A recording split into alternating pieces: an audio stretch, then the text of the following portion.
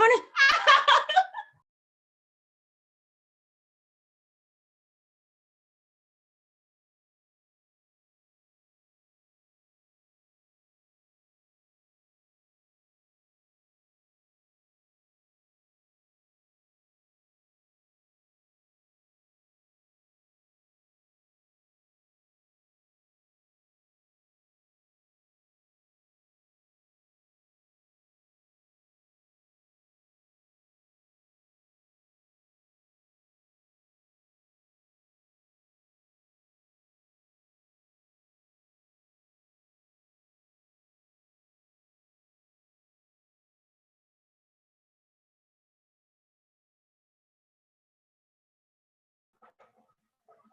Terus Brigita lagi di kafe ya? Enak banget.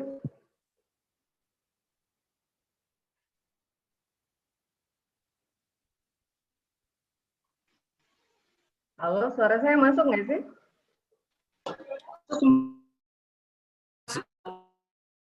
Masuk, Mbak. Suka ngadet soalnya. Iya, kita lagi di kafe bareng-bareng, Mbak. Menyebalkan kalian. David juga di situ lagi. Jangan-jangan di tempat yang sama ya? Tempat yang sama ya? Saya bayarin, Bang. Kayaknya nggak enak Cuma banget. nyebar. Dasar aja. Ayo, Mbak, ke sini, Mbak. Nggak mau, nggak pernah keluar tahu, ke kantor aja.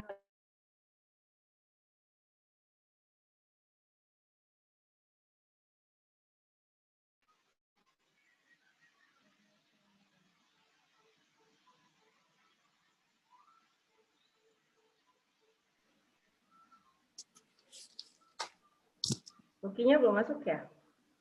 Udah nih. Mana? Halo, Nek. Hai, makin cakep aja. Kan di rumah doang. Sama. Kok makin putih sih itu?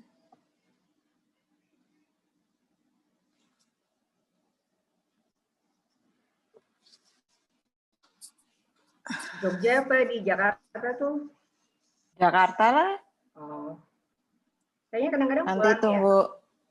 ya? Nunggu apa? Nunggu Merapinya dulu deh. Hampir katanya 1,5 kilo lagi ke atas. Masa sih? Saya Serius? tahu BMKG sih bilangnya begitu tadi. Serem ya?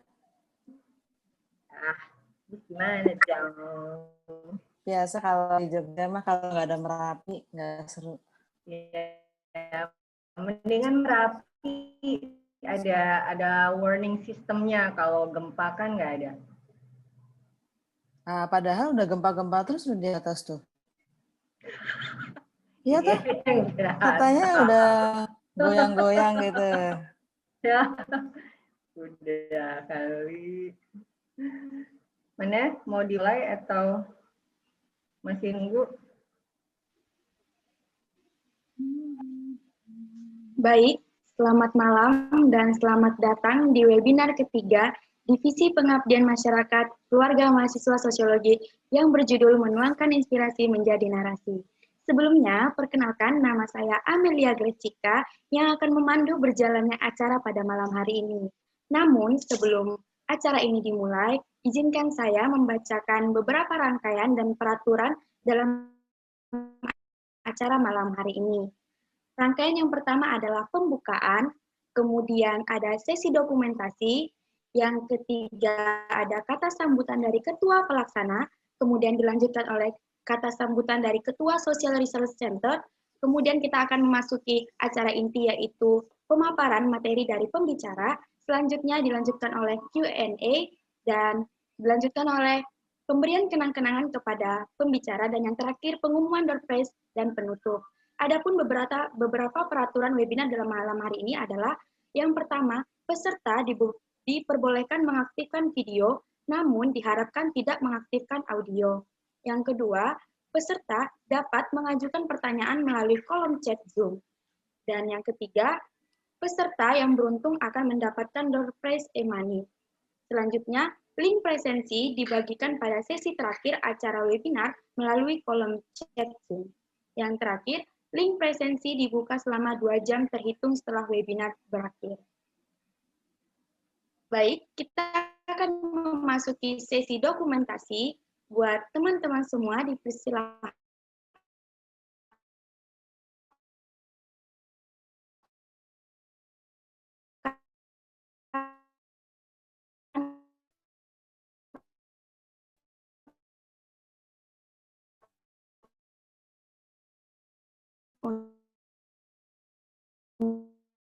untuk menghidupkan kamera, namun sembari menunggu teman-teman menghidupkan kamera, aba-aba dari saya. Kita mulai ya teman-teman. 1, 2, 3, ya. Teman-teman boleh ganti gaya. 1, 2, 3, ya. Dan yang terakhir, baik, terima kasih teman-teman. Sekarang kita akan memasuki kata sambutan dari Ketua Pelaksana kepada Saudari Brigita Dina. Waktu dan tempat dipersilakan. Assalamualaikum warahmatullahi wabarakatuh. Salam sejahtera bagi kita semua. Om Swastiastu, Namo Buddhaya, salam kebajikan. Puji dan syukur kepada Tuhan Yang Maha Esa atas segala rahmat-Nya kita dapat dipertemukan secara virtual untuk melaksanakan webinar 3 Divisi Pengabdian Masyarakat Keluarga Mahasiswa Sosiologi Universitas Gadjah Mada. Selamat datang dan terima kasih kepada Bapak, Ibu, Saudara-saudari sekalian yang telah bersedia mengikuti webinar ini baik melalui Zoom maupun live streaming YouTube. Topik webinar yang akan dibawakan pada malam hari ini adalah mengubah inspirasi menjadi narasi. Berkaitan dengan topik tersebut, webinar ini menghadirkan narasumber yang berpengalaman di bidangnya. Saya mewakili panitia penyelenggara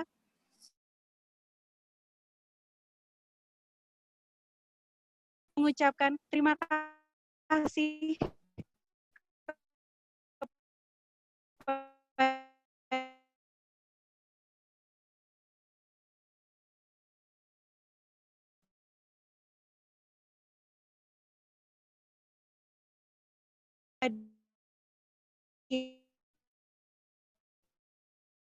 ya yang Assalamualaikum warahmatullahi wabarakatuh. Salam. Brigita curang ya, Lucky, Mbak, saya, Ibu. Padahal kita satu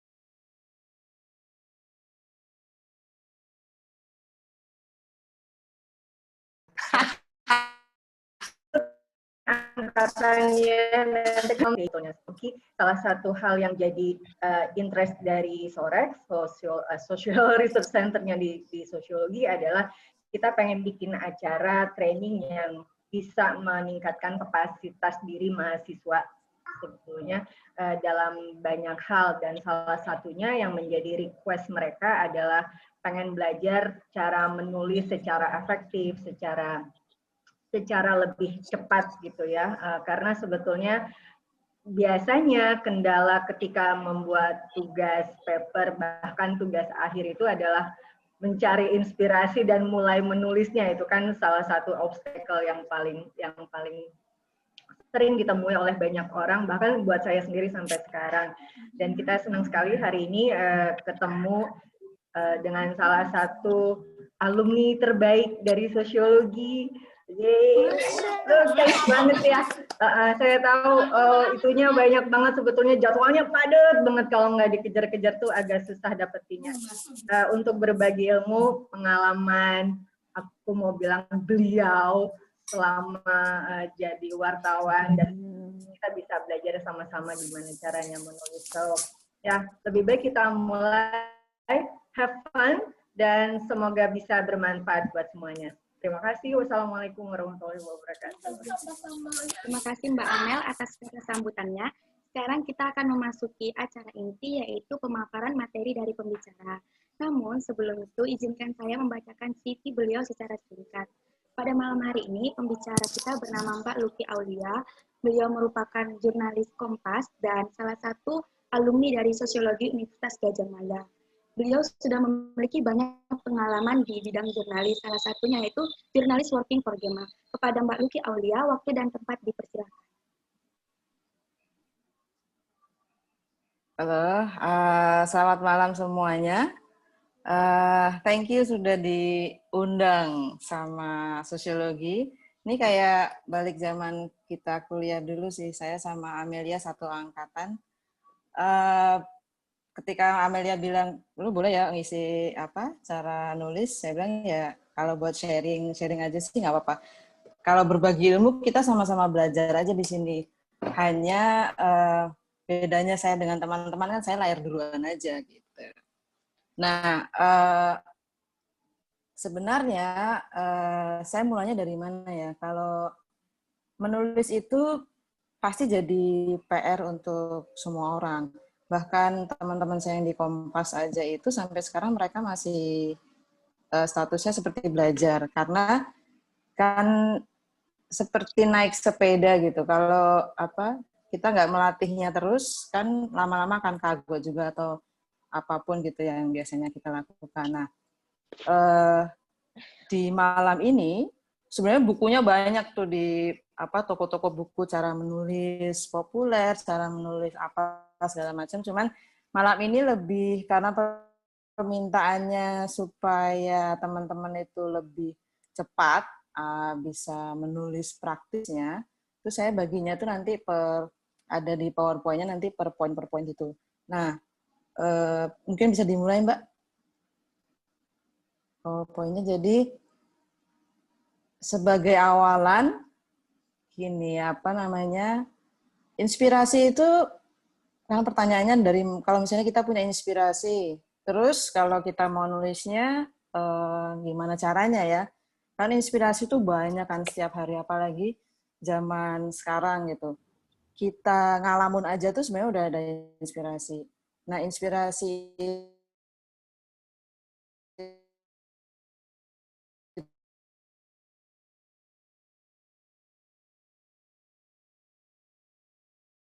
itu boleh di slide yang pertama 2000. Terus sampai sekarang tuh berarti udah berapa tahun ya? Itu mencari inspirasinya tuh banyak, tetapi tidak selalu inspirasi itu bisa menjadi bahan tulisan yang menarik kan. Nah, ceritanya tuh kalau misalnya inspirasi itu bisa datang dari mana aja. Dari yang paling, nah ini, kalau yang serius gitu biasanya kita kalau misalnya baca, lihat di koran, di TV, di media sosial, atau misalnya kita lagi ngobrol sama teman, itu kadang-kadang kan kayak misalnya ngobrolin sekarang lagi ngetren tuh siapa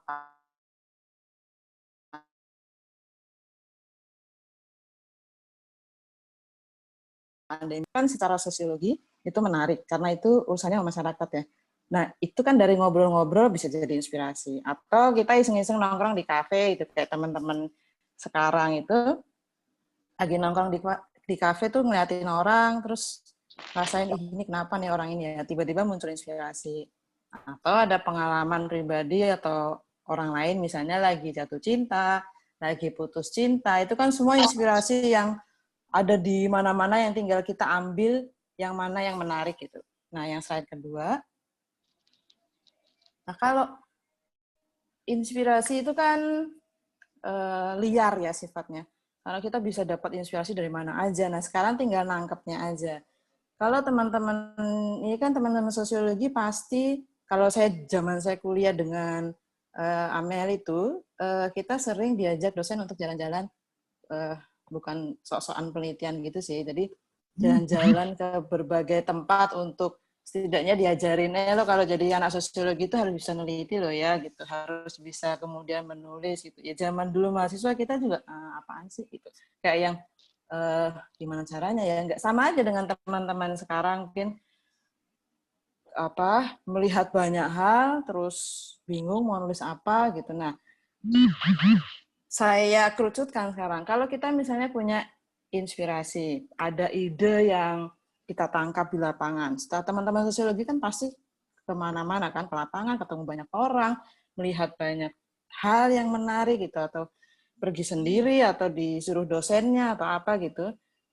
Nah, kalau mau menulis, nah sekarang kita mulai mengerucut nih, kalau mau menulis misalnya, itu harus dipastikan, udah punya inspirasi nih ya, udah punya inspirasi, let's say ini sekarang corona. Kenapa orang itu menstigma orang lain kalau dia sakit corona gitu. Itu kan sosiologis banget lah.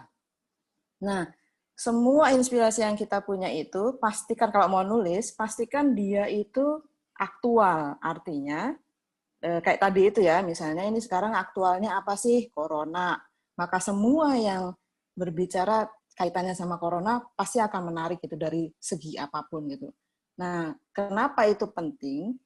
Karena supaya orang mau baca tulisannya gitu. Kalau misalnya kita ngomongin corona nih, terus ini sekarang yang lagi ngetren misalnya corona. Terus tiba-tiba kita ngomongin apa ya, isu lain yang nggak sedang ngetren gitu, orang biasanya cenderung tidak akan membaca tulisannya karena dikira nggak aktual konteks persoalannya. Nah, udah kita tentukan nih misalnya teman-teman mau nulis corona yang kebetulan oh ya ini karena sekarang lagi aktual. Nah, kemudian ada persoalan kedua lagi, ada tips yang ada konteks yang disesuaikan sama lingkungan sekitar kita. Ini urusan unsur kalau di teori jurnalistiknya itu proximity atau kedekatan kita dengan persoalan itu gitu.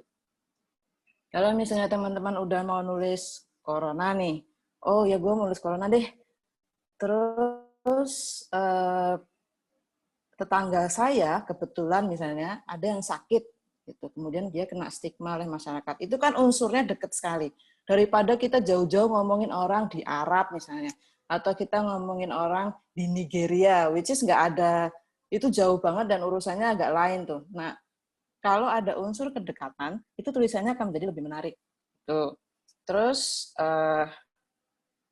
kalau teman-teman nulis itu misalnya udah ya, nah akan lebih menarik lagi tulisannya kalau teman-teman itu, kalau sosiologi dulu mungkin saya nggak tahu teorinya, tapi kita dulu diajarin kan kalau penelitian itu harus setidaknya punya hipotesis ya, atau paling nggak punya dugaan, terus punya jalan keluar dari persoalan itu misalnya. Oh, mestinya misalnya tadi ya konteksnya corona, tetangga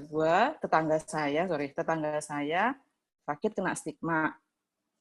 Nah, teman-teman terus punya nih idenya, oh mestinya itu masyarakat itu, lingkungan sekitarnya itu jangan begitu karena A, B, C, D. Itu semua kan solusi atau jalan keluar masalah yang menjadi usulan teman-teman yang akan dituangkan dalam tulisannya nanti. Gitu. Nah, terus slide selanjutnya. Ini kalau misalnya mau ada pertanyaan atau apa, silakan aja ya. Saya cuma cerita aja mengalir aja. Nah, ini ini ada satu contoh tulisan yang berangkat dari tadi itu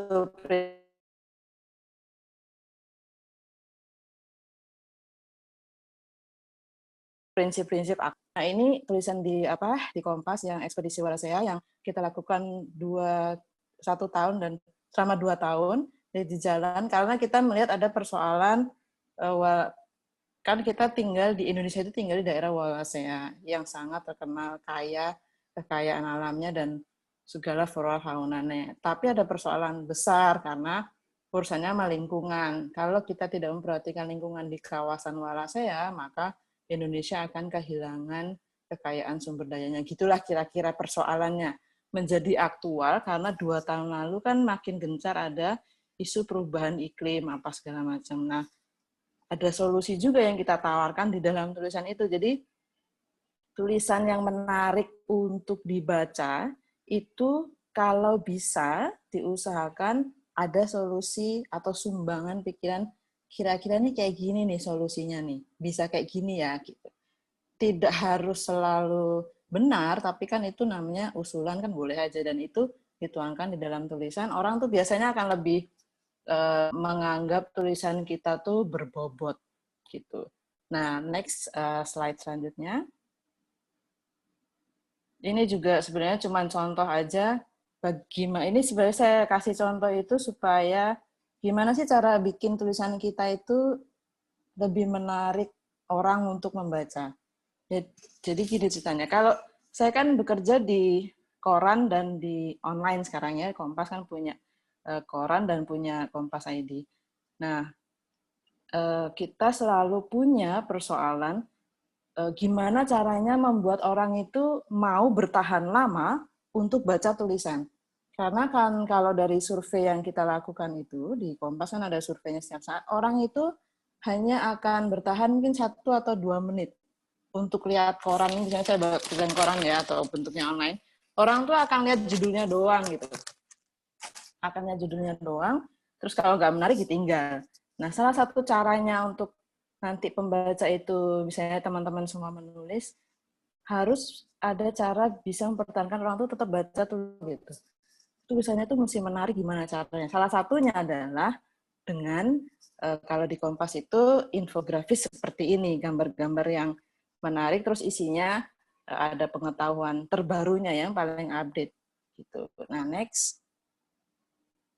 Lalu, nah ini dia. Ini yang tadi saya bicarakan ya, ketika kita mau menulis, kita kan udah punya banyak inspirasi tuh. Inspirasi banyak lah, kita bangun tidur aja inspirasinya ada, ngalamun, inspirasinya di mana-mana. Nah, cuma ketika itu dituangkan menjadi tulisan, itu yang harus menjadi pertimbangan, yang biasanya kami pakai itu pertimbangannya, ini emang penting banget nggak sih diketahui pembaca gitu. Ini penting nggak gitu. Kalau misalnya ini penting, maka orang pasti akan baca nih.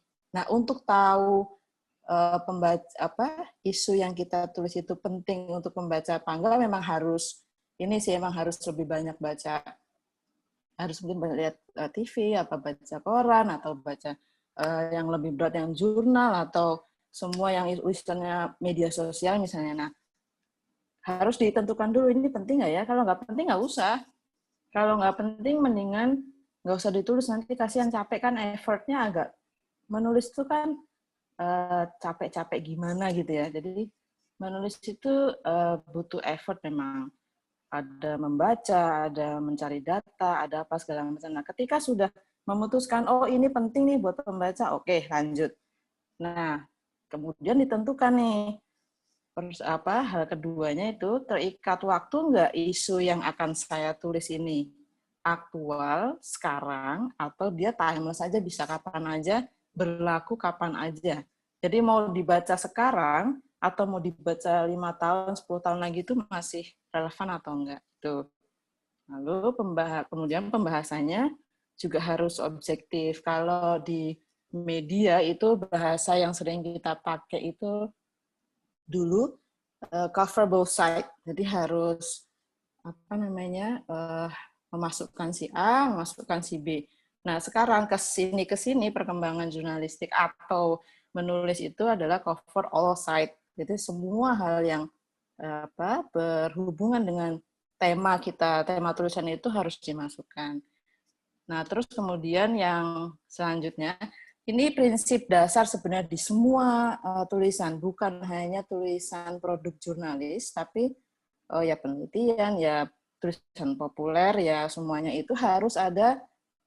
Kan pasti teman-teman dengar nih 5W 1H ya, ada what, who, when, where, and how gitu. Nah, perkembangan yang terbaru mungkin 10 tahun terakhir itu ada so what yang ditambahin. Terus kenapa? Kalau memang misalnya nih kembali lagi ke corona ya, ada orang corona sakit terus tinggal di rumah, terus dia di stigma masyarakat, terus apa gitu, terus kenapa emang gitu. Nah, harus bisa tulisan kita itu, apalagi ini teman-teman sosiologi ini, di so what-nya dan how-nya ini tuh buat saya tuh penting. Nah, saya banyak belajar urusan itu kemudian baru sadar ya. Dulu sih nggak sadar pas jadi mahasiswa. Ketika bekerja menulis seperti sekarang, jadi semuanya kayak ingat, oh iya dulu kan diajarin ya, terus lupa. Nah tapi kemudian saya tuh baru ingat, oh kalau how dan so what-nya itu sebenarnya sosiologi banget tuh. Itu ada pisau analisis kan yang biasanya sudah diajarin sama Amel atau dosen-dosen yang lain gitu. Nah, terus yang kemudian selanjutnya yang penting banget di tulisan. Kalau tulisan ini kan permintaannya adalah tulisan populer.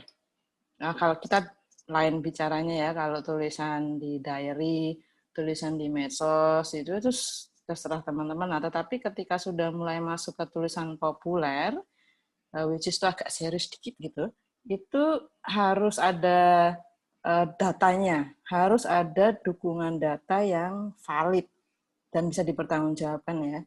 Nah, data dan informasi yang relevan tuh harus masuk di dalam tulisannya. Ini emang kelihatannya, aduh susah banget ya nulis ya gitu. Cuma ya itu harus pelan-pelan mulainya. Tapi memang ini yang saya kasih tuh tips-tips paling dasar lah. Nanti by time teman-teman kalau udah mulai nulis, nanti kalau udah nulis pasti nggak bisa di stop biasanya gitu.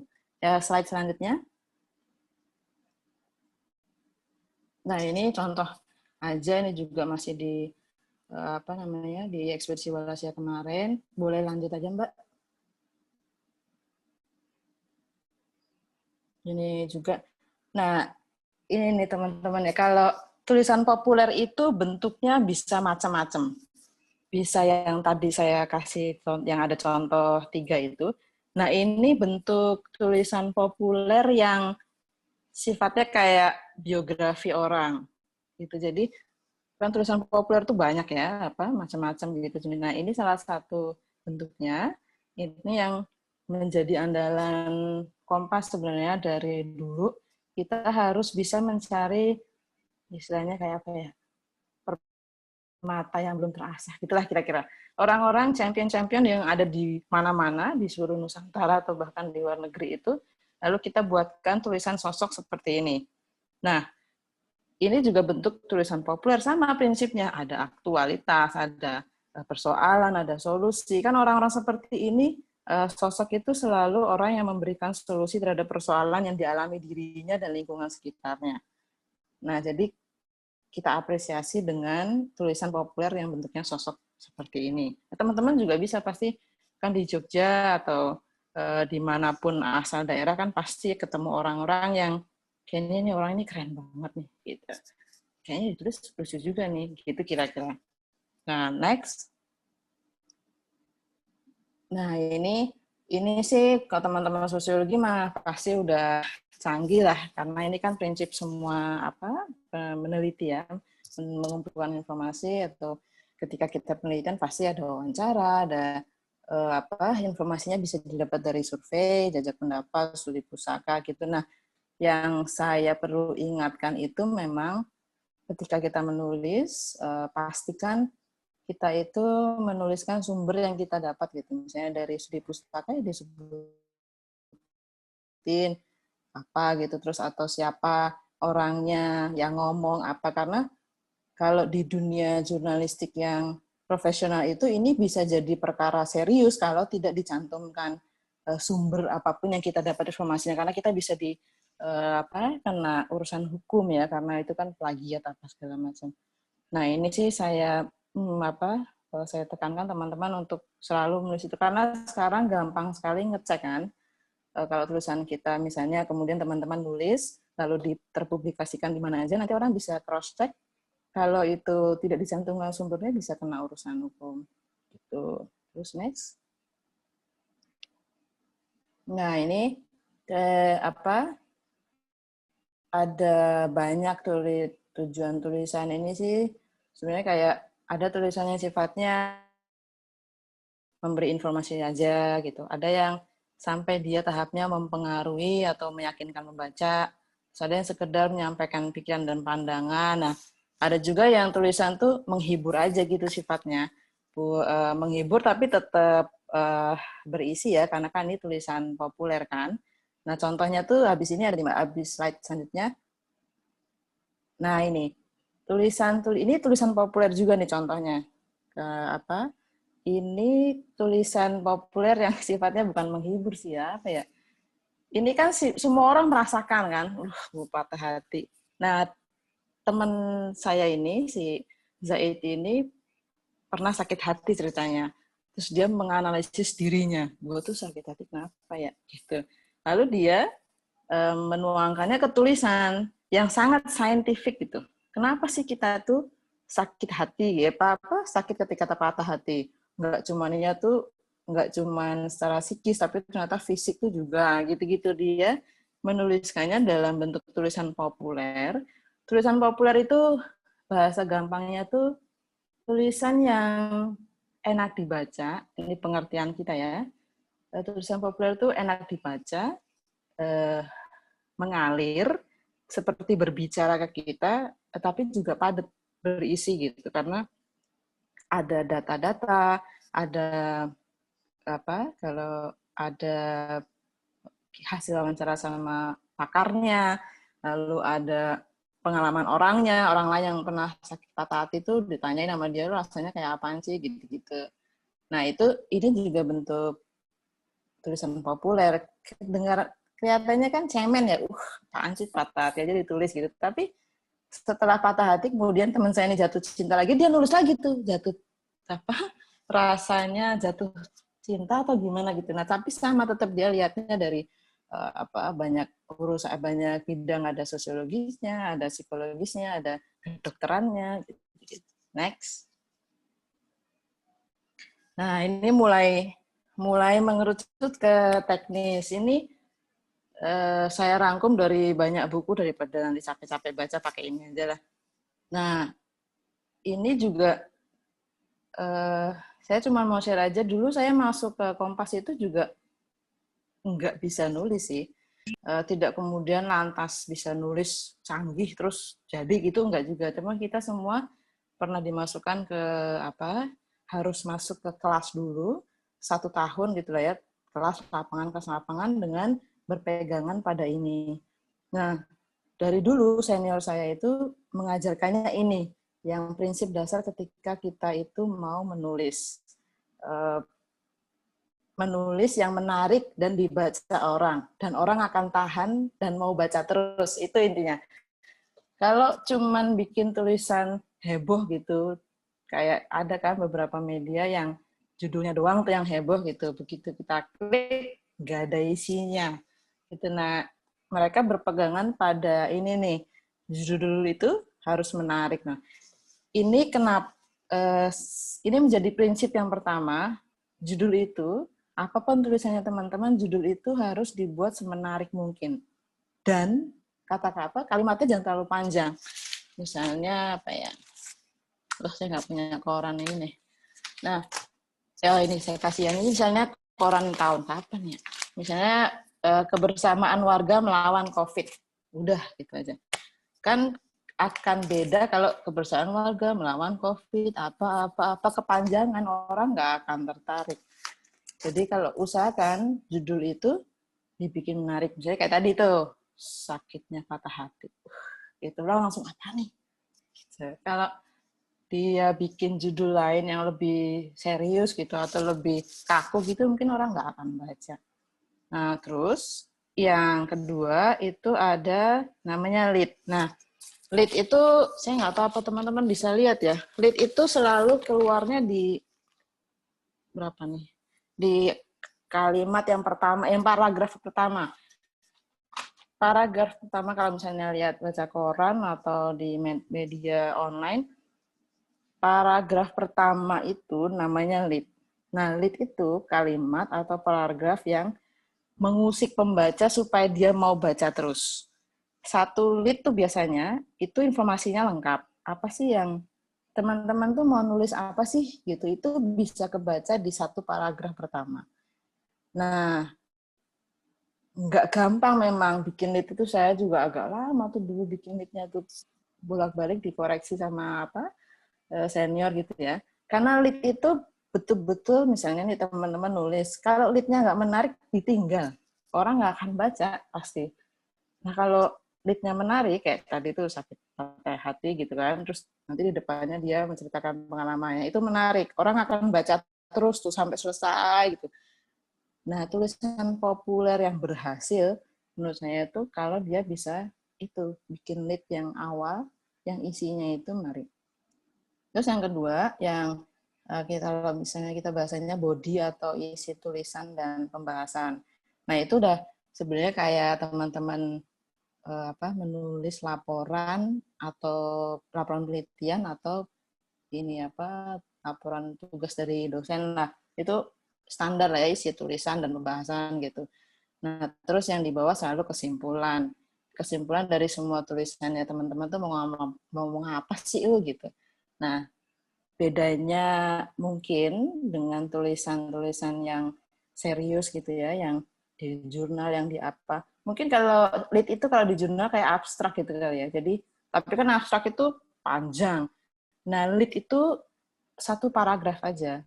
Kalau teman-teman udah bikin judul tuh menarik, terus lead-nya menarik, itu 70%, 60-70% tuh orang akan bertahan untuk membaca biasanya gitu. Nah, next.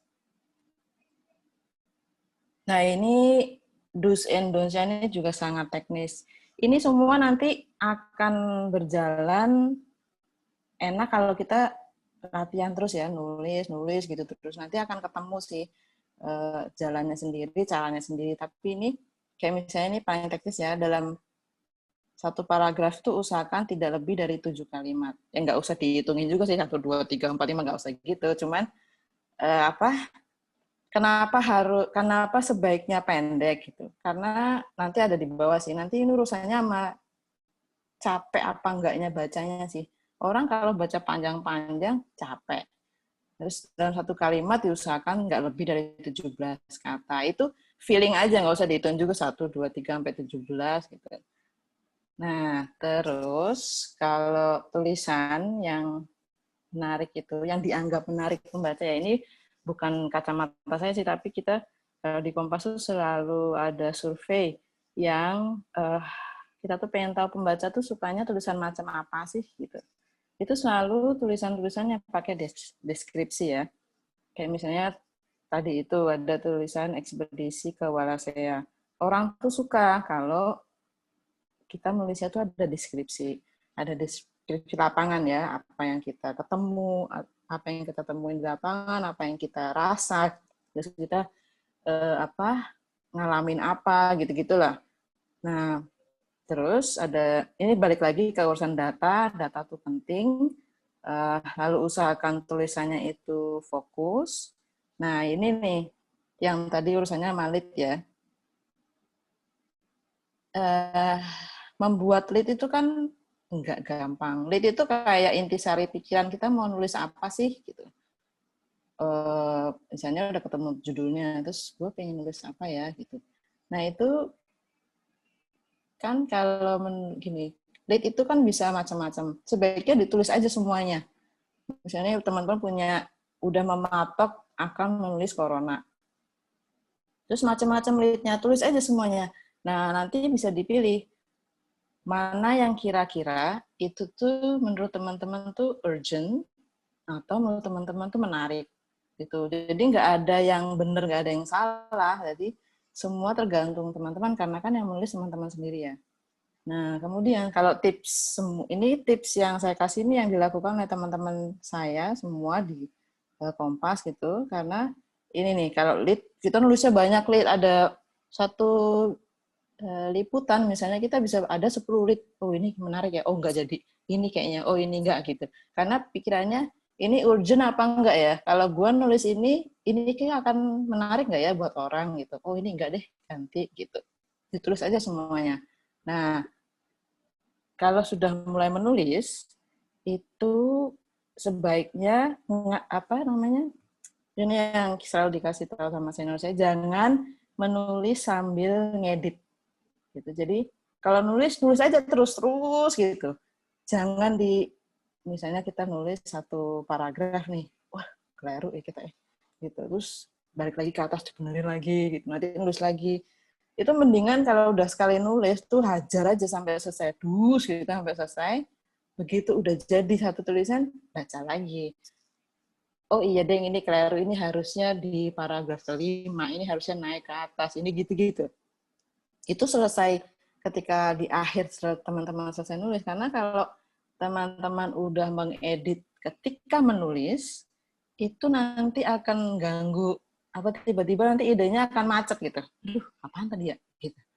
Aduh, tadi gue mau nulis apa ya? Karena terlalu sibuk dengan ngedit-ngedit di atasnya gitu. Nah, terus yang terakhir itu selalu harus ngecek akurasinya. Akurasi itu kalau ada nama orangnya pastikan nama orangnya benar. Kalau ada nama tempat ya tempat yang benar, tanggal, terus segala macam istilah asing kalau pakai istilah asing itu semua harus dicek lagi nanti kalau udah selesai tulisannya.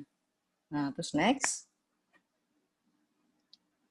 Nah, ini saya di pelatihan mana-mana aja tuh, mau pelatihan guru, mau pelatihan teman-teman mahasiswa, pelatihan humas-humas di pemerintah itu selalu pakai ini nih. Jadi kalau ketika menulis, kan tadi kan kenapa tulisan harus hanya usahakan 7 kalimat dalam satu paragraf atau dalam satu kalimat 7 berapa tadi? Apa tadi ya? Lupa sendiri. Itu supaya kan tidak panjang-panjang tuh. Nah, itu urusannya ada ini nih, diusahakan agak kalimat pendek-pendek. Bayangkan kita itu membaca dalam satu tarikan nafas. Nih, kan orang tuh baca harus ada jedanya biar nggak capek. Tulisan yang kalimat yang pendek-pendek itu lebih enak. Itu misalnya saya baca ini ya, satu tarikan nafas aja latihan. Nanti kalau teman-teman udah nulis, terus dibaca sendiri, kalau nggak ada titik komanya, nggak dipotong-potong kalimatnya tuh capek bacanya. Misalnya ya, saya baca, dukungan keluarga, saudara, dan tetangga merupakan modal sosial yang menjadi benteng di tengah ketidakpastian akibat pandemi COVID-19. Itu satu tarikan nafas. Ini urusannya emang kelihatan sepele, tapi banyak yang menulis itu gelujur aja gitu. Nggak ada, dia tidak memotong kalimatnya, jadi semua dipanjangin aja, kan capek bacanya. Nah, itu teknis, cuman memang by time akan bisa terbiasa sih. Nah, terus karena ini saya harus selalu ingetin, ini kan tulisan populer ya, kata-kata yang dipakai itu kalau bisa sederhana, terus mudah dipahami semua orang gitu. Karena kan kadang-kadang banyak yang suka nulis pakai bahasa slang atau kata-kata slang. Nah, nggak apa-apa sih, cuman itu dimiringin terus dikasih penjelasannya aja itu maksudnya apa gitu. Nah, kemudian ini kalau bisa teman-teman kalau menulis itu sebaiknya pakai kalimat yang aktif. Aktif itu berarti yang gitu ya. Agak coba dihindari yang pakai didi gitu. Itu lebih pakai itu lebih rasa nggak tahu kenapa ya, tapi ada perasaan lebih deket sama pembacanya aja gitu. Kayak kalimat aktif itu kan lebih hidup gitu rasanya, nggak pasif dimatiin didi gitu. Nah, terus yang terakhir tuh kalau tipsnya teman-teman tuh nulis tuh kayak orang ngobrol ya, orang ngomong gitu. Apalagi ini tulisan populer gitu, yang orang tuh baca tuh enak. Nanti akan ketemu feel-nya sih lama-lama. Agak sulit kalau memang ini harus kayak gini loh, harus kayak gini. Emang nggak bisa. Jadi semua harus dilatih terus. Nanti lama-lama akan ketemu feel-nya. Yang penting sih menulis itu kita harus selalu memikirkan pembacanya. Pembacanya ngerti nggak ya kira-kira kalau gue ngomong gini ya? Next. Nah, udah. Jadi ini keep it short and simple supaya pembacanya itu enggak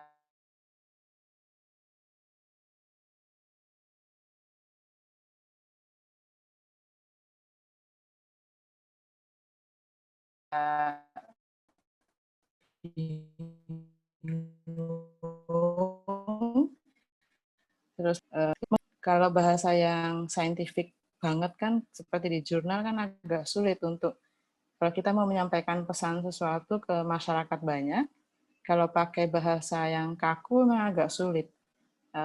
Tapi kalau bahasa populer, apa yang sulit kita bisa sederhanakan di tulisan yang populer dan lebih enak dibaca. Itu aja sih.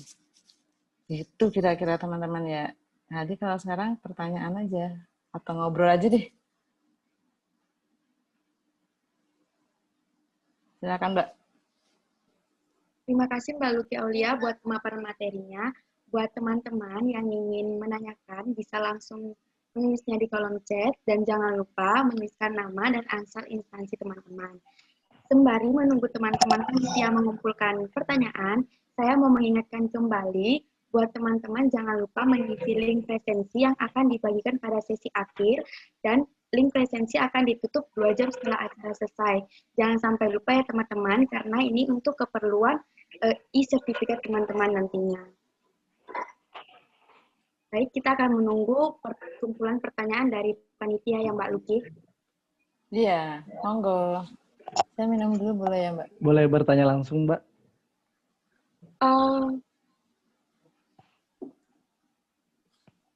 Saya sih boleh aja, enggak ya? Sebentar ya.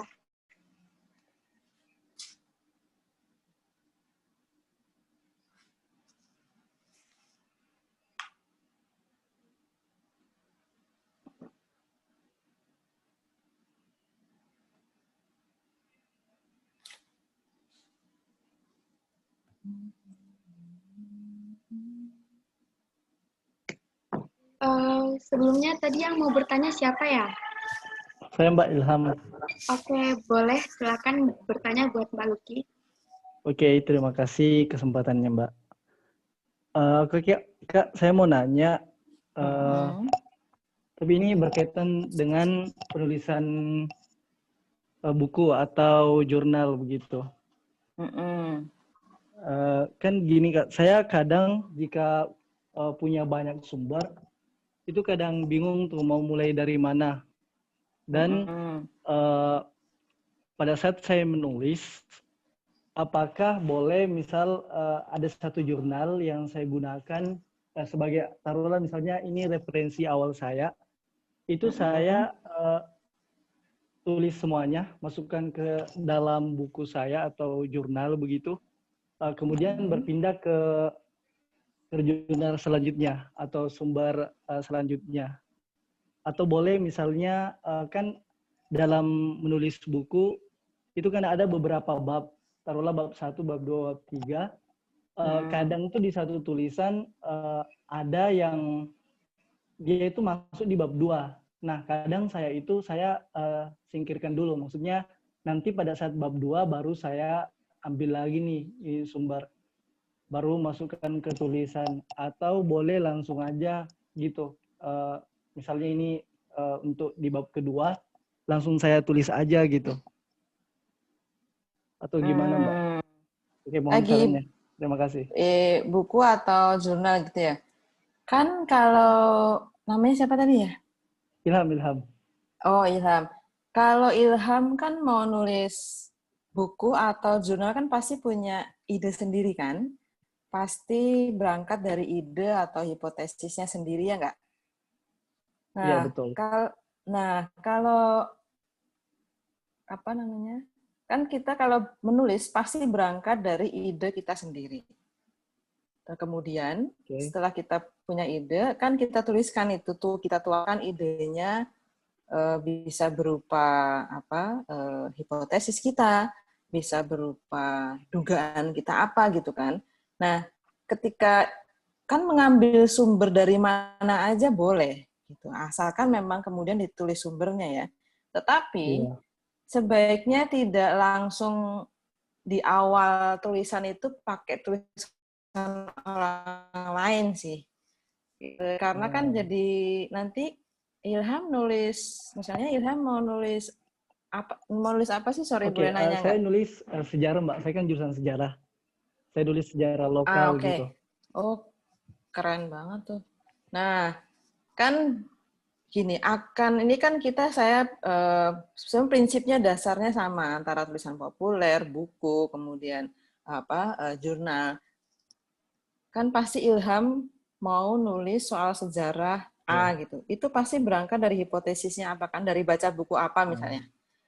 Akan lebih menarik ketika Ilham kemudian menariknya, mengambilnya dengan konteks atau aktualitas yang sekarang.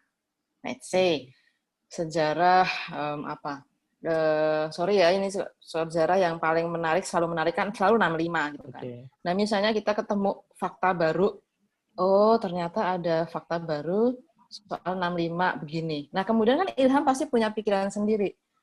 Oh kalau gitu ini menariknya apa ya? Taruh dulu di depan, taruh dulu di paragraf pertama, terus paragraf kedua baru ketika mengambil sumber orang lain itu sebaiknya di bawah aja. Itu kan gini, sumber dari, apalagi sumber pustaka ya, apalagi dari buku, dari jurnal orang, dia kan sifatnya sebenarnya memperkuat, menguatkan ide kita sebenarnya. Jadi misalnya punya sejarah apa ya? Sejarah penyakit menular gitu. Sejarah penyakit menular tuh sekarang ada corona. Terus kita punya, oh kok corona tuh seperti sekarang ya. Jadi kita menuliskan di paragraf pertamanya apa yang aktual dulu nih sekarang. Bahwa ada corona begini. Tetapi ternyata, gitu, barulah nanti Ilham masukin, oh ada sejarah penyakit menular pernah terjadi seperti ini di Spanyol misalnya, ada flu Spanyol yang kayak gini. Dulu kayak gimana ya? Nah barulah itu sumbernya yang sejarah bukunya orang atau jurnal orang itu bisa dimasukin ke situ. Cuma kan memang nggak bisa satu bab masuk ke dalam. Jadi gini, omongan orang, tulisan orang itu sebaiknya itu sifatnya hanya memperkuat ide kita aja. Jangan kemudian tulisan orang, buku orang, atau jurnal orang mempengaruhi tulisan kita secara keseluruhan. Itu kan pasti Ilham pengen orang tahu kan, ini ide gue nih, ini ide saya ini. Terus kemudian ide saya diperkuat oleh ada Bapak A, Ibu A, dalam jurnal ini, dalam buku ini. Gitu kira-kira. Jadi Kak, sebaiknya sumber itu di bagian akhir paragraf aja ya. Kita usahakan tulisan yang analisis kita di bagian pertama gitu. Ya idenya Ilham tuh harus keluar pertama tuh. Kalau kan orang akan tertarik, Ilham ini siapa sih gitu. Dia nulis apa ini?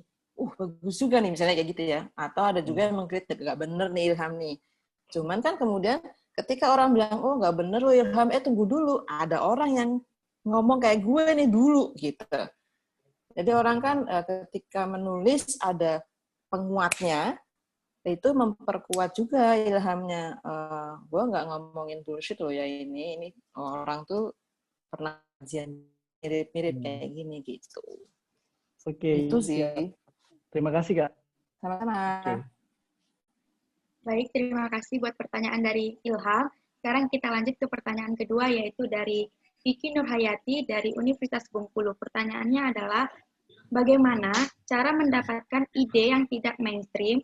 Bagaimana cara memperkaya diksi dan memperkuat deskripsi? Kemudian, pertanyaan selanjutnya, bagaimana cara memulai, mengembangkan, dan menyelesaikan sebuah cerita atau tulisan kalau ide yang kita punya baru sebatas pesan moral yang akan disampaikan, belum tahu alurnya? Seperti itu Mbak Luki. Iya, Pak. Tadi kan, ya itu dia. Ide itu kan banyak ya, liar kan. Kayak yang tadi saya jelasin, ide itu bisa apa aja. Bisa datang dari mana aja. Bisa kita dapat nggak sengaja gitu, ataupun sengaja. Biasanya memang orang ketika menulis, waduh gue ngeliat ini, lalu pesan moral kan, mestinya orang itu nggak begini. Pasti berangkatnya dari situ. Nah, ide yang nggak mainstream itu gini, nggak bisa sih dibilang ide yang nggak mainstream, karena ide yang sangat sederhana sekalipun itu bisa jadi tulisan yang sangat menarik. Kayak misalnya tadi kan yang ada saatnya sakitnya patah hati misalnya, itu kan simpel banget tuh. Siapa sih yang nggak pernah patah hati di dunia ini gitu? Itu mainstream banget tuh, sakit hati, jatuh cinta, apa segala macam tuh mainstream. Nah, tetapi kemudian yang menjadi menarik kan cara si penulis mengolah idenya. ide sesederhana apapun, ide mainstream, ide yang nggak mainstream, semuanya sama. Ide yang nggak mainstream, kalau ditulisnya itu nggak menarik, ya jadi nggak menarik tulisannya, basi aja udah. Tapi kalau, begitu juga ya, misalnya tulisan, andai kata teman saya itu menulisnya sakitnya patah hati itu datar banget, udah gitu doang, gitu. Ceritanya cuma, aduh gue sakit hati, terus aduh gimana. Terus nggak ada, dia tidak menulisnya dengan cara yang menarik, dia tidak melengkapi tulisannya dengan data, dia tidak melengkapi tulisannya dengan pengalaman orang lain yang merasakan itu tulisannya pasti akan jadi basi. Dan orang nggak akan baca. Nah, kemudian persoalannya lalu tadi itu ya, gimana cara menulis sampai selesai. Loh ya, penyakit saya nih, saya aja nih sampai sekarang, kalau sudah mulai menulis, itu kan kalau di koran itu ada batasannya ya, tulisan feature atau tulisan analisis itu paling panjang sekarang, itu mungkin 6.000 karakter with space. Nah, sementara persoalannya, kalau semua teman-teman ini saya alami juga, itu kalau kita sudah mulai menulis, asik nulis nih, itu dijamin nggak bisa berhenti itu. Susah itu berhentinya emang. Jadi menulis itu emang unik sih. Mau mulai susah, tapi begitu mulai selesainya juga susah berhentinya. Itu sering tuh. Nah, itu nggak apa-apa. Jadi siapa tadi yang nanya teman dari Bengkulu ya, nulis aja gitu. Ditulis aja semuanya, sepanjang-panjangnya, mau 5 halaman, mau apa. Nanti ini biasanya sih saya suka gini nih, kalau habis pelatihan, kalau ada teman-teman yang mau kirim tulisannya ke saya bisa bantu liatin. Biasanya kayak gitu tuh. Kalau mau dibantuin, kan biasanya kalau kita nulis, teman-teman ini nggak cuma teman-teman mahasiswa, tapi ya semuanya tuh mengalami hal yang sama. Kalau nulis, itu kalau udah nulis panjang nggak bisa selesai, terus ngomongnya kemana-mana gitu. Maunya ngomong A gitu, terus jadinya sampai Z, nanti balik lagi W, Y gitu. Nggak karu-karuan, memang nggak apa-apa. Memang kayak gitu, saya aja juga masih kayak gitu. Teman-teman saya di Kompas juga pasti masih kayak gitu. Nah, itu kenapa menjadi penting tuh tadi itu yang step-step yang tadi itu ya. Ada aktual, ada apa-apa, segala macam ada. Nah, alur cara menulis itu bisa dilatih. Nanti lama-lama akan kelihatan gitu. Ada, kalau teman-teman tahu itu di teori jurnalistik itu ada piramida terbalik gitu kan. Ada juga yang bentuknya piramida, intinya itu ada berbagai macam bentuk tulisan. Kalau yang saya contohkan tadi itu urusannya itu yang piramida yang paling penting itu yang di atas dulu. Pesan apa yang teman-teman mau sampaikan, kasih atas dulu semuanya. Nanti baru yang di bawahnya tuh yang tadi balik lagi yang lead ya. Kenapa lead itu penting? Karena itu pesan utama teman-teman yang mau disampaikan dalam tulisannya. Kayak yang teman yang Bengkulu itu, misalnya dia punya pesan moral, nggak apa-apa. Tulis aja di awal, pesan moral gue nih ya, misalnya A, B, C, D gitu. Stop. Satu paragraf, baru di bawahnya kenapa saya punya pikiran pesan moral kayak gitu. Karena bla bla bla bla bla gitu. Nggak usah pusing, ini nanti panjang banget, nggak kelar-kelar ya, nggak apa-apa, tulis aja. Nanti lama-lama akan, ternyata gue, nanti kalau selesai nulis, baca lagi aja. Saya tuh ngomong apa ya, tadi kok kemana-mana nih ngomongnya. Nanti akan kerasa sendiri, bokis ya. Bosen banget ya tulisan saya ini ya. Gitu akan kerasa sendiri sih. Gitu. Ada lagi, Mbak? Baik, ada lagi Mbak, pertanyaan yang terakhir yaitu dari Desiana, Universitas PGRI Yogyakarta. Bagaimana jika jalan keluar yang kita sampaikan tidak diterima oleh beberapa orang? Kemudian bagaimana cara yang perlu kita lakukan tanpa menyinggung orang lain? Apakah hasil survei yang dilakukan akan sesuai dengan apa yang sudah kita rencanakan? Atau haruskah kita memiliki cara lain sebagai cadangan jika rencana pertama gagal? Kalau tulisan kita nggak disetujui orang, nggak apa-apa. Gimana jawabnya ya? Kalau tidak semua gini, nggak usah khawatir gitu, nggak usah khawatir, nggak usah takut kalau orang itu tidak suka atau enggak setuju dengan apa yang kita tulis. Kan semua orang rambutnya boleh sama hitam, tapi pikiran bisa beda kan gitu ya. Jadi enggak juga, kan pasti banyak teman-teman kalau baca di media online atau media apa, gue nggak setuju nih sama orang ini gitu. Nah itu nggak apa-apa, sangat wajar kalau ada orang yang tidak setuju dengan apa yang kita tulis. Karena pikirannya mungkin bisa beda. Solusinya, menurut saya sih solusinya A ya, tapi kalau menurut kamu B ya nggak apa-apa. Kamu nulis, ya, kalau bisa kamu nulis juga kalau misalnya kamu punya pikiran solusi B gitu. Jadi nggak usah khawatir pada yang kayak gitu-gitu tuh. Karena ini namanya negara macam-macam orangnya ya, terus pikirannya macam-macam ya dia boleh ngomong apa-apa. Nah, terus yang tadi pertanyaan kedua apa Mbak? Yang survei apa itu ya?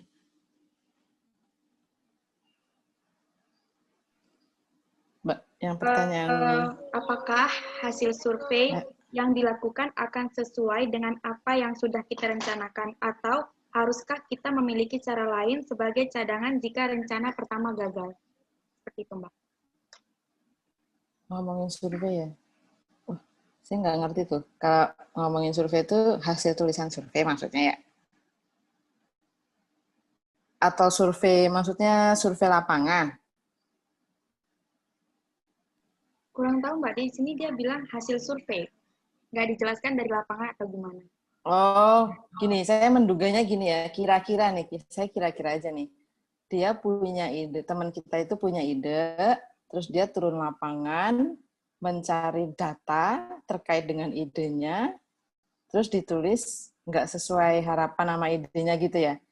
Ya, itu kan kalau di media sosiologi itu apa ya? Kan kalau kita punya hipotesis, kita punya ide, itu misalnya nih, kita berangkat mau nulis A, idenya itu A gitu.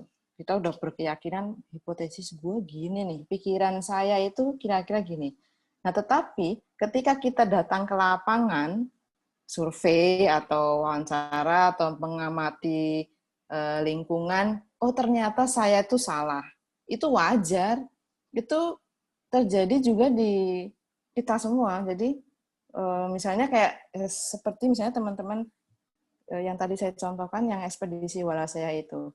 Kita berangkat dari Jakarta sudah dengan rencana penulisan yang lengkap ya. Kita sudah kita punya hipotesis macam-macam tuh. Misalnya Indonesia itu mulai kehilangan banyak kekayaan flora fauna karena A, B, C, D gitu. Nah, kita udah yakin tuh berangkat dari Jakarta dengan keyakinan seperti itu. Ini pokoknya bener nih pasti. Gitu. Ketika turun ke lapangan, ke survei, terus ketemu banyak orang, melihat sendiri kondisinya apa, itu bisa salah.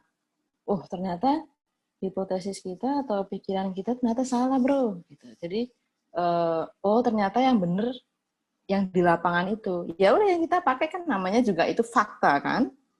Karena kan kita tidak bisa memaksakan ide kita yang awal, sementara lapangannya enggak sesuai dengan ide kita itu. Ya nggak bisa. Jadi kita harus berangkat, kalau kita punya ide, itu harus bisa fleksibel idenya ketika kita ketemu fakta yang sesungguhnya di lapangan. Itu ya kita harus ikut faktanya, lalu menulis berdasarkan fakta yang kita ketemu di lapangan. Baru nanti dibahasnya kan apa.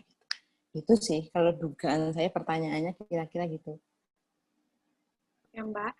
Nah, kita membuka lagi kesempatan buat 2 orang yang ingin bertanya. Jika ingin bertanya, boleh langsung open mic-nya. Assalamualaikum warahmatullahi wabarakatuh. Waalaikumsalam.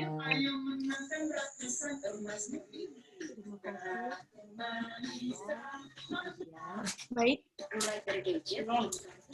Assalamualaikum. Assalamualaikum warahmatullahi wabarakatuh. Mohon maaf, yang pertama Mbak Dian Colika. Ya, terima kasih. Selamat Sama-sama. Malam, Ibu. Alhamdulillah, akhirnya saya bisa masuk di kegiatan webinar malam hari ini. Kenalkan, saya salah satu staf pengajar di Kota Tangerang. Wah, saya di Tangerang juga, Bu. Di Tangsel. Oh, Tangsel. Saya di Simone. di Oh, Cimone deket. Anissa. Iya. Ya. Saya dapat informasi webinar ini dari anak saya.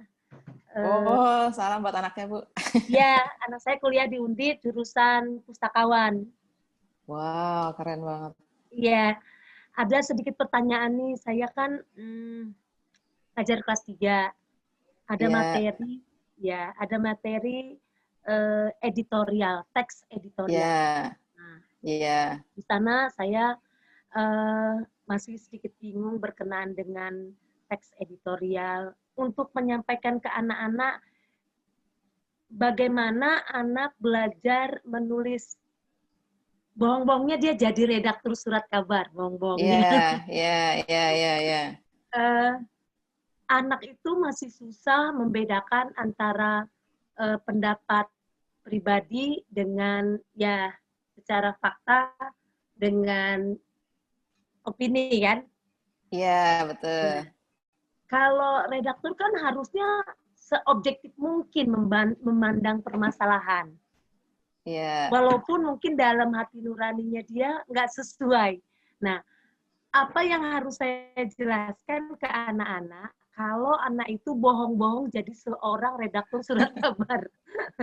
Konsep anak kelas 3 untuk memulai menulis bagaimana kalau dia menjadi seorang redaktur surat kabar. Mungkin itu aja pertanyaan dari saya. Kelas 3 SD ya, Bu, atau SMP? Saya ngajar kelas 3 SMK. Oh, SMK. Oh, udah gede dong kalau 3 SMK. Iya, makanya di dalam materi kelas 3 SMK ada teks editorial, membuat teks editorial. Iya. Itu aja pertanyaan saya. Terima kasih. Wassalamualaikum warahmatullahi wabarakatuh.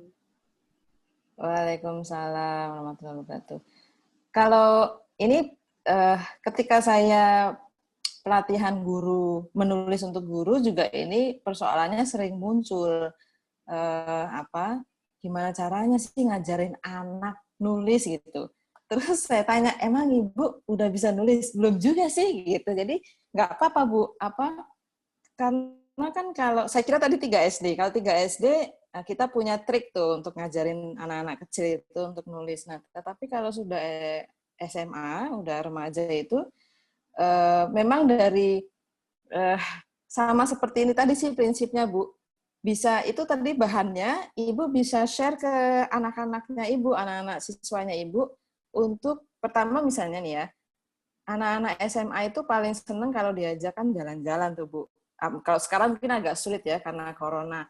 Nah, tapi mereka bisa diajak untuk mengeksplor atau melihat lingkungan sekitar rumah mereka sendiri sebagai ide tulisan misalnya. Nanti Ibu kalau misalnya pas ada kelas, iseng-iseng aja tuh kasih tugas ke anak-anaknya Ibu. Coba keluar rumah, terus lihat sekitar. Tentu pakai masker dan apa-apa ya, Bu. Nah, tolong tuliskan apa yang kalian lihat, terus diwawancara siapa yang ketemu apa aja. Misalnya satu ada anak-anak disuruh keliling kompleknya atau desanya. Terus suruh lihat ada apa di desanya itu. Nah, nanti kalau dia ketemu sama siapa aja, misalnya ketua RW atau apa, kasih aja tugas corona, Pak. Di kampung kita ini ada nggak ya yang corona? Terus bagaimana cara menanganinya ya? Terus kalau ada yang corona gimana? Nah, itu aja Ibu iseng-iseng aja kasih tugas ke anak-anak itu. Suruh tanya tuh sama ke sekitarnya. Nah, nanti mereka disuruh nulis. Kan ada ketika mereka disuruh nulis pakai yang tadi tips-tips yang saya sudah berikan itu kan nanti dia nggak bisa pakai opininya sendiri langsung. Tapi kan dia harus tanya Pak RT, dia harus tanya tetangga, mungkin dia tanya bapak ibunya, mungkin dia tanya saudaranya. Nah, hasil dari tanya-tanyanya itu ditulis aja, Bu. Suruh teman-teman itu menulis. Coba apa yang kalian dapatkan dari hasil ngobrol dengan tetangga lingkungan sekitar tentang corona. Nah, udah itu aja dulu, Bu. Nanti kalau mereka sudah kasih kumpul tugasnya, Ibu baru lihat. Nanti kan akan ketahuan nih anak-anak yang pakai opini sendiri, atau emang ada memasukkan hasil wawancara dengan orang lain, nanti kelihatan di tulisannya. Nah, gitu terus aja, Bu. Meminta anak-anak itu untuk punya ide dan menuliskan idenya dari lingkungan sekitarnya aja dulu. Karena kan ini corona ya, jadi nggak boleh juga dia jalan-jalan kemana-mana gitu. Gitu aja sih Bu tipsnya yang paling untuk memancing teman-teman SMA. Tapi kan di sekolahnya biasanya kalau SMA ada majalah dinding ya. Ada majalah dinding atau ada majalah sekolah.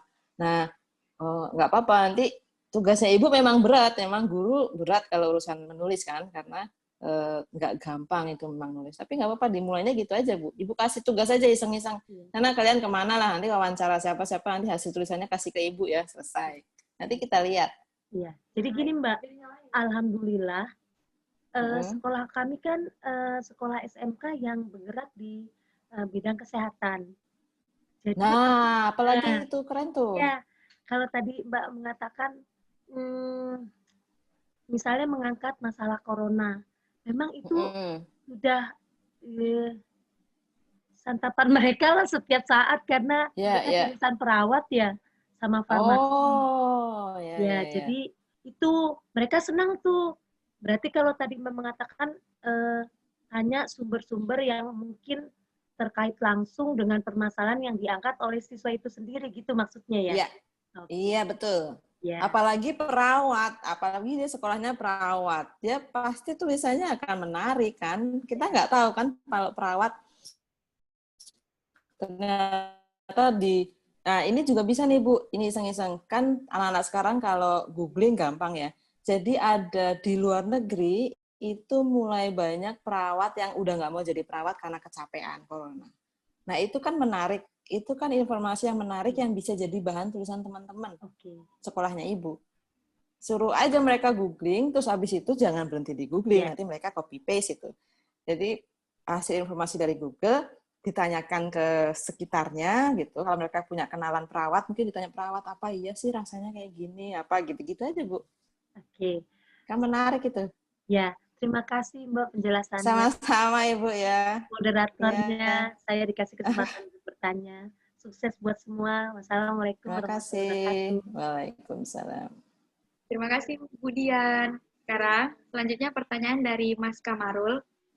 Waktu dan tempat dipersilakan Mas.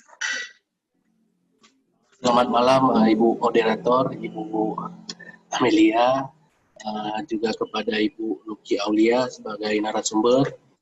Perkenalkan nama saya Kamarul Iskandar, asal saya dari Aceh, Bu. Wow, jauh. Ya, jadi saya ada beberapa pertanyaan kepada Ibu Luki Aulia. Yang pertama, Bu, ini mengenai profesi Ibu juga, Bu. Jadi begini, kepada Ibu Luki Aulia, kemampuan apa saja yang dibutuhkan agar menjadi seorang jurnalis? Nah, itu pertanyaan pertama. Yang kedua, bagaimana cara Ibu Luki Aulia mengatasi rasa jenuh saat bekerja di industri media sebagai jurnalis? Dan yang terakhir, bagaimana meningkatkan skill dan memperkuat sikap kritis dalam bekerja sebagai jurnalis? Itu saja, Bu, pertanyaan dari saya. Iya, Pak. Maaf, Pak, namanya siapa, Pak? Kamarul, Pak. Pak Kamarul. Pak Kamarul, makasih ya, Pak, pertanyaannya. Kalau semua orang sebenarnya bisa jadi jurnalis. Sebenarnya semua orang itu kan ada jurnalisme warga ya. Semua orang bisa menjadi seperti wartawan. Karena kan tugasnya sebenarnya mudah aja. Kami kan hanya karena profesi, terus ada undang-undang yang mengatur apa segala macam, tetapi semua orang itu bisa melakukan pekerjaan jurnalistik. Jadi misalnya Bapak tinggal di Aceh, tinggalnya di Aceh kan Pak ya? Nah, ketika Bapak tinggal di Aceh, kan Bapak tinggal di daerah yang luar biasa tuh. Buat saya Aceh itu keren banget lah, karena saya pernah agak lama di Aceh ya dulu. Nah, Bapak Mas, saya bilang Mas aja ya, karena kan Bapak ketuaan nanti. Mas Kamarul itu bisa punya keunggulan, punya keuntungan yang jauh lebih besar dibandingkan saya atau teman-teman lain yang tidak ada di Aceh. Gitu. Jadi pertama kalau misalnya mau jadi jurnalis yang masuk ke dunia profesional di sebuah industri, memang kan ya biasalah Pak, tidak harus dari jurusan komunikasi, bisa dari jurusan mana aja, tapi dan tidak harus bisa menulis juga karena nanti akan diajarin di kantornya. Nah, mendaftar dan lain-lain. Tapi kan itu saya nggak tahu kalau di Aceh masih ada koran apa dulu ya, Serambi Aceh ya, masih ada nggak sih? Nah, kan Serambi Aceh bisa apa ya aja. Tapi gini, sebelum masuk ke industri profesional yang agak rumit ini, sekarang kan dunia media itu kan rumit ya, karena banyak sekali teman-teman yang masuk ke media online dan keluar masuk nggak karuan. Tapi yang penting gini, saya senang sekali mengajak teman-teman untuk menjadi jurnalis warga. Jurnalis warga itu artinya kan pasti punya blog, teman-teman, pasti ada media sosial yang bisa melakukan tugas-tugas jurnalistik seperti saya, yang kemudian menyiarkannya ke masyarakat yang lebih luas. Buat saya itu lebih banyak berkahnya gitu, banyak manfaatnya karena menyiarkan informasi ke orang lain, apalagi kan dari Aceh yang kita tidak bisa dengan bebas masuk kan, karena daerahnya sangat aman. Nah, pertanyaan kedua itu tadi mengatasi jenuh ya. Ya kalau jenuh mah pasti jenuh, Pak. Apalagi di corona sekarang kan yang berat buat kami yang bekerja di industri media yang profesional itu adalah kan kita tidak bisa ketemu langsung berhadapan dengan narasumber. Saya nggak bisa asal main ke pasar. Kan cara saya untuk supaya tidak jenuh dan selalu memelihara ide-ide yang berusaha untuk memancing ide itu kan saya selalu main ke pasar tradisional, dengerin aja ini ada persoalan apa, orang ngeluh apa. Nah, terus saya biasa main kemana aja, ketemu orang banyak, melihat banyak hal gitu, hanya untuk memelihara ide. Nah, itu juga cara saya supaya nggak jenuh.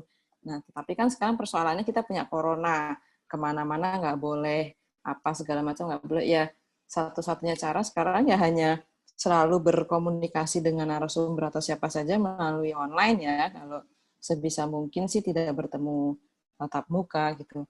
Nah, itu jenuh sih, pasti jenuh Pak. Saya sudah di Kompas dari tahun 2000. Sekarang 2020 ya, sampai yang gitu. Tapi dunia tulis-menulis, jadi tidak hanya dunia wartawan, tapi dunia menulis itu kalau yang suka kemudian jatuh cinta itu memang kayak tidak akan bosan gitu, karena kan menulis itu kan seperti kita melihat, sebenarnya menulis itu kan menangkap sesuatu ya. Saya bisa ke pasar tradisional, ketemu ibu-ibu dagang ngeluh, oh sekarang susah zamannya, susah cari makan, susah bayar sekolah. Itu kan persoalan banyak. Nah, itu persoalan semuanya sosiologi ya. Nah, itu bisa saya ambilin satu-satu. Oh, ada persoalan apa? Oh, apa? Kenapa pasar sekarang jadi tempat misalnya banyak orang ketularan corona gitu-gitu. Kenapa tukang becak nggak bisa kena corona? Itu kan semua persoalan yang menarik dan cara membuat kita nggak bosan. Nggak jenuh ya, Pak. Jadi banyak jalan-jalan sih mestinya ya. Moga-moga coronanya gitu. Ada lagi Pak Amarul, Mas Amarul. Ya Bu, ya pertanyaan saya tadi yang ketiga Bu. Jadi bagaimana cara Ibu meningkatkan skill dan memperkuat sikap kritis dalam bekerja sebagai jurnalis? Kalau secara pribadi, gini, kalau secara institusi, Kompas itu selalu rutin ada pelatihan peningkatan kapasitas ya menulis gitu. Jadi seperti karena kan namanya kemampuan, namanya keterampilan pasti akan ada masanya untuk turun gitu. Oh agak mulai jelek nih kayaknya nih, dikasih pelatihan lagi, naik lagi gitu. Nah itu kan, tapi itu datang dari kantor ya, itu datang dari institusi yang rutin memberikan pelatihan untuk meningkatkan kapasitas wartawannya. Tetapi kalau kita sendiri dari diri kita itu, saya selalu ini sih Pak, kalau saya kan gini, setiap kita menulis itu tidak pernah ada satu tulisan yang disebut sebagai masterpiece. Itu nggak ada nih, ini tulisan gue yang paling bagus nih, gitu. Nggak bisa. Karena kan orang kemampuannya berkembang. Saya kalau suruh baca tulisan saya di tahun 2000 atau 2010, lalu saya baca sekarang kadang-kadang saya juga geli aja. Kok nulisnya gini doang ya? Kenapa nulisnya cuma begini aja ya? Mestinya dulu saya bisa A, B, C gitu. Nah, tetapi kan itu karena ada kemampuan, ada keterampilan yang bertambah, ada pengetahuan yang bertambah, ada semuanya kan menjadi insya Allah lebih baik gitu. Nah, itu kalau saya kebiasaannya itu adalah membaca tulisan orang lain. Kalau kan sekarang saya sebenarnya ada di Des Internasional gitu. Nah, saya untuk memperbaiki tulisan saya sendiri, terus juga alat analisisnya agak saya pertajam itu, bacanya tuh kalau di internasional tuh ada The Economist, ada Washington Post, ada New York Times, lalu ada Financial Times gitu-gitu. Nah, saya sih kunciannya sebaiknya kita membaca banyak tulisan orang lain yang menarik supaya kita jadi kalau tulisan begini itu bagus ya gitu. Berarti saya juga bisa menulis gini gitu. Awalnya gini, kalau dulu orang bilang kalau belum punya gaya menulis sendiri itu nggak apa-apa, kita niru orang lain dulu. Kita bisa meniru tulisan orang lain dulu.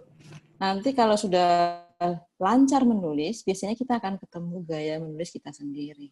Itu nggak berasa sih, nanti akan lama-lama ketahuan. Misalnya nih, kalau Mas Kamarul nulis, terus ada temennya Mas Kamarul nulis, misalnya saya kenal Mas Kamarul lama, saya kalau baca tulisannya Mas Kamarul akan bisa langsung tahu loh.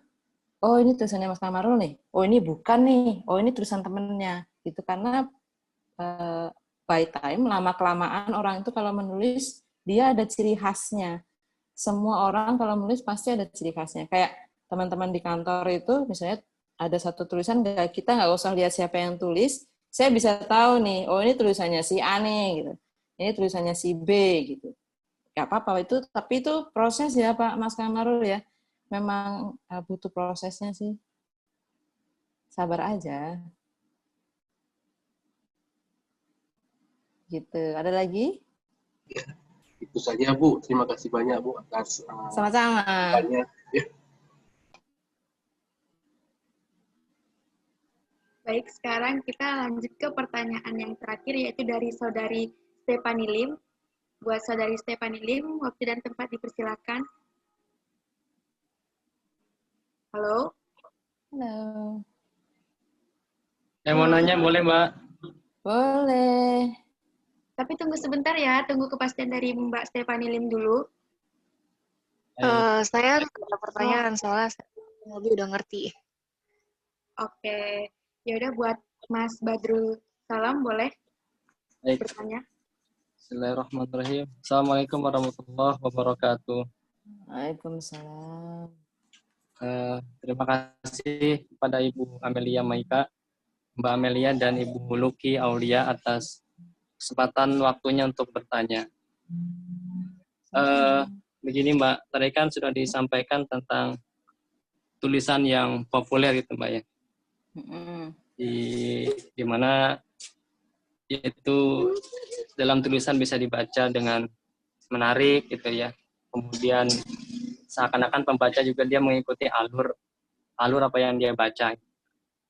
Nah, terkadang saya menulis tulisan-tulisan yang basicnya tentang keagamaan itu. Nah, kalau keagamaan itu kan seakan-akan dia lebih cenderung kalau nggak menghadirkan ayat, hadis gitu ya. Kemudian kalau ulama itu kan, itu sebenarnya kalau kita bawa ke tulisan populer itu bisa dan gimana ya Mbak caranya agar mungkin seakan-akan kalau tulisan agama itu tidak selalunya dikit-dikit mungkin menghadirkan teks Al-Quran, kemudian hadis, kemudian kalau ulama gitu ya. Sehingga mungkin orang lebih cenderung bosan gitu ya, cenderung sudah mungkin kebaca apa yang begini. Nah, mungkin ada tipsnya buat saya sendiri biar tulisan itu bisa menarik gitu, bisa mengalir sesuai tadi mungkin menjadi tulisan yang populer itu. Ada terkadang kalau mungkin tulisan yang basicnya keagamaan kan, kita mau menampilkan gambar-gambar, juga kadang kalau kita membahas tentang hukum wanita haid, istihadah dan nifas itu kan mungkin agak saya juga sendiri agak kesulitan dalam menghadirkan tulisan yang mungkin berbasis seperti itu mungkin. Itu mungkin Mbak Luki minta sedikit pencerahannya terkait tentang masalah tulis-menulis. Terima kasih. Iya Mas, sama-sama. Mas Badrul, saya dulu juga nulisnya ada urusan keagamaan loh. Saya dulu, karena kan di Kompas tuh banyak bidangnya ya, banyak bidang yang harus, yang bisa kita tulis. Nah saya dulu juga agak sering tuh, karena kan dulu pernah liputan di Departemen Departemen Agama, Kementerian Agama maksudnya. Nah, enggak apa-apa. Jadi tulisan keagamaan itu tidak harus selalu yang terus ayat tok gitu, ayat aja gitu, atau hadis aja, atau omongan ustadz aja. Itu memang akan membosankan, itu betul. Itu memang satu, itu betul. Tetapi akan tidak membosankan sama sekali kalau tulisan yang ada urusannya sama agama itu ditarik dengan peristiwa atau kejadian atau tren yang lagi yang isu yang lagi ngetren atau kekinian gini. Jadi misalnya gini, kayak tadi itu contohnya mau nulis soal haid ya. Itu kan soal haid itu ada hadisnya, ada ayatnya misalnya kayak gitu. Mau ditulis dari sisi itu. Nggak apa-apa, tetapi berangkatnya kayak tips yang tadi saya share itu kan ada persoalan aktualitas gitu. Jadi misalnya Mas Badrul mau nulis soal haid, mungkin bisa dicari dulu informasi yang paling terkini, yang kekinian nih soal haid itu apa misalnya. Urusan yang paling baru, isu yang paling baru kan bisa digampang ya, bisa di googling, bisa mungkin tanya ke orang, bisa tanya ke pakar kesehatan misalnya, apa sih sekarang tuh isu yang kaitannya sama haid yang paling kini. Nah, berangkat dari isu tema yang kekinian itu, lalu misalnya Mas Badrul saya bikinin ininya ya, misalnya strukturnya urusan haid yang kekinian masuk di lead yang tadi itu. Yang di paragraf pertama, ya ini ada isu ini loh. Kaitannya isu terbaru soal itu, haid itu ini. Satu. Nah, kemudian si isu yang baru haid itu bisa dikupas dari sisi keagamaan, bisa banget. Jadi kalau yang penting itu aja pegangannya, aktual, isunya itu aktual, kekinian, apa sih sekarang yang lagi ngehits, lagi ngetren soal haid. Oke, misalnya A. Nanti itu dibahasnya, dikupasnya pakai agama, pakai pakai bahasan yang kaitannya sama agama. Mau ayat kayak, mau omongannya Pak Ustadz kayak, mau hadis, nggak apa-apa. Apa aja bisa untuk menjelaskan si informasi aktual tadi itu. Jadi pegangannya itu fakta yang baru yang kemudian dijelaskan dengan dari sisi agama yang tadi itu di bawah. Itu malah menarik banget loh. Karena menurut saya tidak banyak orang yang melakukan itu. Karena takut ya. Kalau menulis sesuatu yang kaitannya agama kan orang agak sangat berhati-hati karena kan sangat sensitif. Tapi kalau Mas Badrul bisa melakukan itu tuh keren banget. Jadi persoalan aktual apapun yang kekinian itu bisa dibahas pakai mau bahasanya agama kayak, mau bahasanya sosiologis kayak, mau psikologi itu bisa. Gitu aja Mas Badrul. Baik, jadi tulisannya nggak akan membosankan. Jadi tulisanmu itu nanti tidak akan, saya jamin tidak akan membosankan. Jadi satu lagi. Boleh.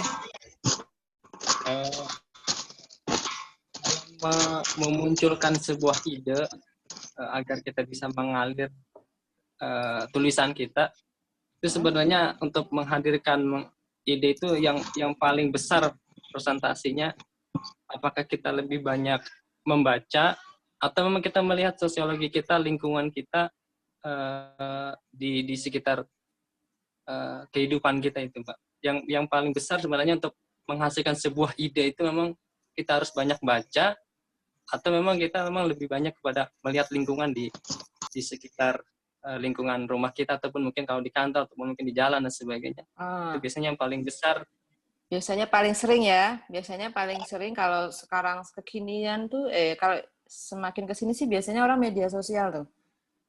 Twitter, terus kan suka iseng nih, kalau saya tuh suka buka Twitter atau Instagram atau apapun media sosial itu sebenarnya bukan karena mau kepoin orang sih, tapi untuk tahu orang itu lagi ngomongin apaan sih gitu.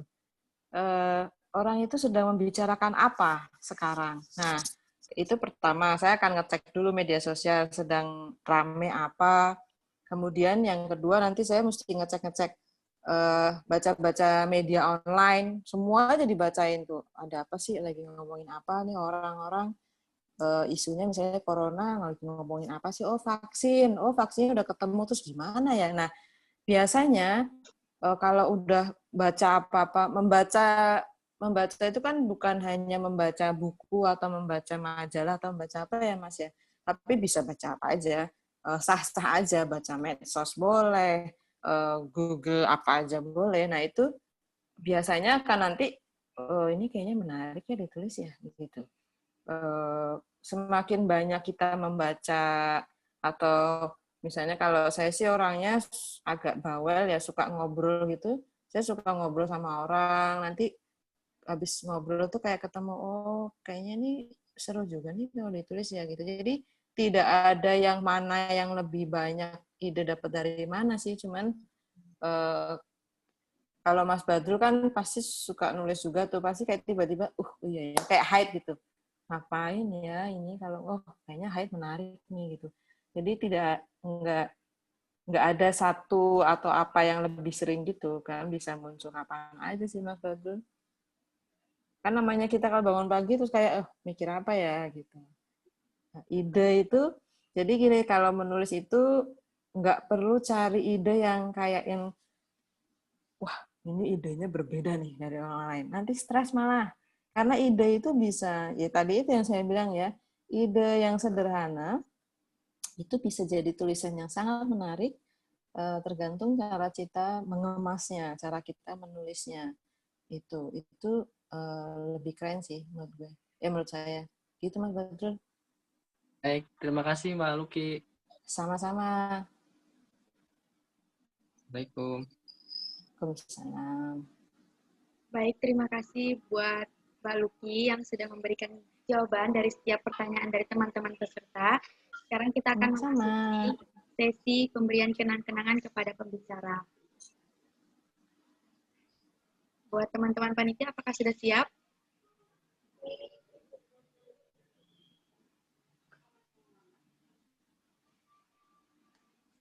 Sembari menunggu teman-teman panitia share screen, saya mau mengingatkan kembali untuk teman-teman jangan lupa mengisi link presensi yang akan dibagikan di akhir acara, dan link presensi akan ditutup setelah 2 jam acara selesai.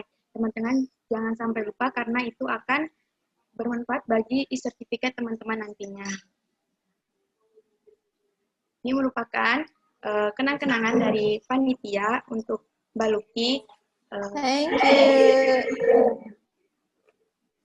Sama-sama Mbak. Oke, sekarang kita akan masuk ke sesi terakhir, yaitu pengumuman door prize dan penutup. Apakah teman-teman panitia sudah selesai? Nah, selamat buat ketiga pemenang yang beruntung pada malam hari ini. Dan teman-teman yang menang pada malam hari ini, jangan lupa menghubungi kontak-kontak yang ada di bawah tersebut untuk mendapatkan e-money. Tidak terasa kita sudah di penghujung acara. Sebelum saya menutup acara pada malam hari ini, izinkan saya mengucapkan terima kasih kepada Mbak Luki Aulia yang sudah memaparkan materi yang begitu manfaat buat kita semua. Dan terima kasih buat Mbak Amelia yang sudah memberikan kata sambutan. Dan terima kasih juga kepada teman-teman semua yang sudah ikut berpartisipasi pada malam hari ini. Dan yang terakhir, terima kasih buat panitia yang sudah menyelenggarakan acara pada malam hari ini. Sebelumnya, saya memohon maaf apabila ada kesalahan kata dan perbuatan dari saya. Selamat malam. Nah, makasih ya. Sama-sama, Mbak. Thank you. Sama-sama, Mel. Anytime ya. Yoi. Thanks ya. Dadah. Ya, dah.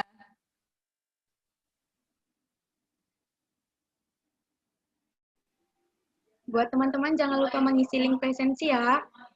Karena link presensi akan ditutup setelah 2 jam acara selesai sekitar pukul 11 malam. Jangan sampai lupa ya teman-teman, karena itu untuk kepentingan penulisan nama teman-teman di e-certificate.